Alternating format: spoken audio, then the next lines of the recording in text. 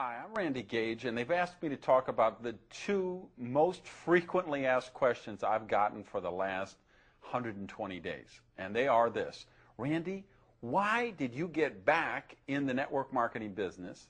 And question number two, of all the possible companies you could have joined, what made you decide to join Agel Enterprises?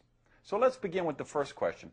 Why did I get back in the business? Well, to be honest, I never wanted to be out of the business. Frankly, 5 years ago, I was working as a distributor, growing a network, having the time of my life. I was excited. Bonus checks were going up. Leadership was coming in. Things were going amazing. And you know what happened? The company I was with went out of business. Another casualty of undercapitalization, which you see with startup companies all the time. So it wasn't that I wanted to leave the business. I didn't have a choice.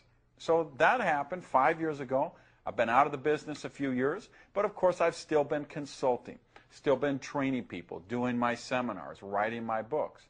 And along the way, here's what happened. I've been working with some of the most top leadership people in the network marketing industry on a consulting basis. And I will flat out tell you this: I have created more MLM millionaires and MLM multimillionaires than anybody alive. And I'll stack that against anybody. I mean, you send in Mike Wallace and the 60-minute camera crew, you come to my office, we'll start taking out files, and I will show you company after company after company after company where I've trained the #1 worldwide or number 1, 2, 3 worldwide. I've got companies where I train the top 10 or top 20 payout leaders worldwide. So what's been going on? For these 5 years or so, I keep creating these millionaires, but I haven't been getting residual income on that, of course. And if you know anything about me, you know I think that's a crime against nature.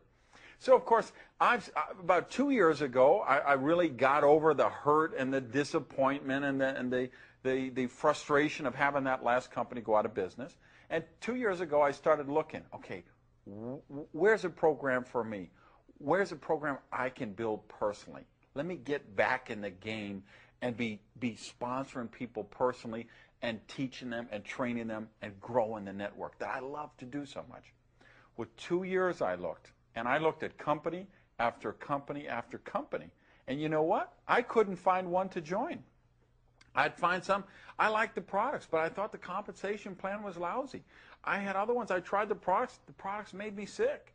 I had some that I just felt the management wasn't there. I felt like they didn't have money. Like I didn't think they're going to be here a couple years from now.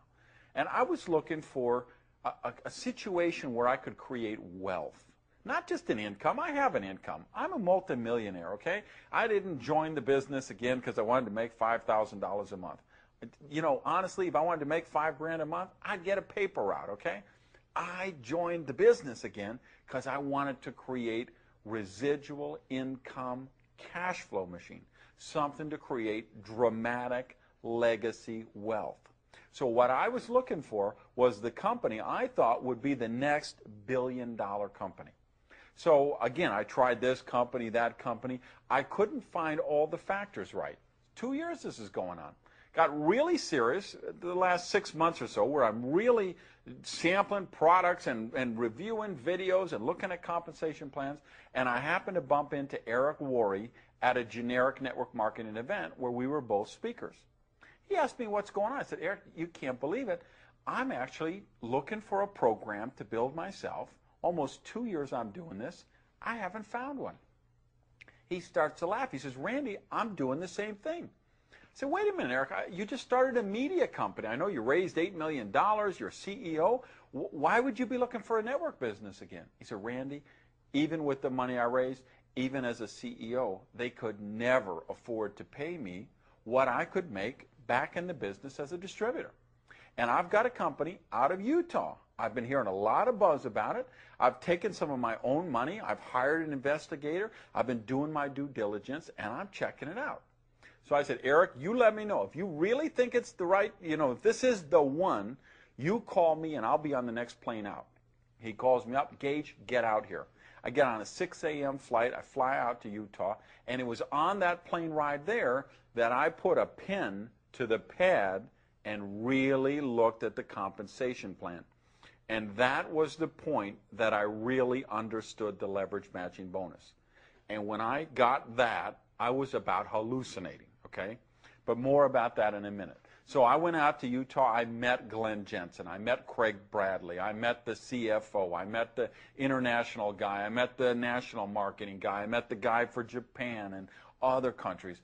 And I just said, I think this is the one. I love the product story, and I started looking at all the equations. Does this have what it takes to be the next billion-dollar company? Because here's what I think it's very important you understand if you're looking to create wealth. Let's, one of the things Eric likes to talk about is the categories you can put companies in. And I kind of follow his lead. I put them into 4 different categories here. 4 buckets, let's call them. Bucket number 1 is the airplane game and the chain letters and the pyramids and the travel cards and the gas cards, okay? Those things are the schemes. Nobody who's serious is going to pay any attention to them, so throw bucket number 1 out the window. Bucket number 2 is the big guys, the old school guys, the Amway and the Herbalife and the New Skin and the Shackley. You know what? Good companies, solid people, solid companies. They've been around forever. I think they'll be around forever. I have nothing bad to say about those companies. However, I didn't join them myself personally. Why? Because I think in a mature company like that, I believe you can create an income, but you can't create wealth. You know, I don't believe Mark Yarnell could join New Skin today and build a $300,000 a month bonus check. I mean, I think the ship has sailed on that. That's just my opinion, but I think in a mature company, if you say, hey, I want to get in the business and build a nice check, a bonus check of $5,000 or $10,000 a month, I think you can do that with a category number 2 company. But again, that isn't what I was looking for. Now, category 3. This is the bucket of companies. They've been around a while. They might be here 10 years, 15 years, but they never really hit it big for whatever reason. And of course, they still tell their distributors, yeah, we're 12 years old and we haven't even hit exponential growth yet. But the truth is, they're not going to. If they were going to hit it, they would have done it already. Okay, company just doesn't languish around for 15 years and then all of a sudden hit exponential growth. That doesn't happen. So, and there's a million reasons why it doesn't happen. Maybe the products don't have traction, comp plan is not well, they don't have strong management, it's just the wrong product at the wrong time. I mean, there's just a gazillion reasons that could stop that from happening. Obviously, I didn't want to be in a bucket 3 company because there's no wealth to be created there. What's the first, the final bucket? Category 4, that's the new company, the startup company, that actually is going to hit that exponential growth curve and become the next billion-dollar company.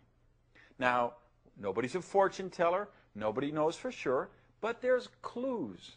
If you look at the companies that did make it, if you look at the firms that hit the exponential growth, there's certain criteria that have to be met. There's certain factors there, and that's what I looked for with Agel. That's what I found with Agel.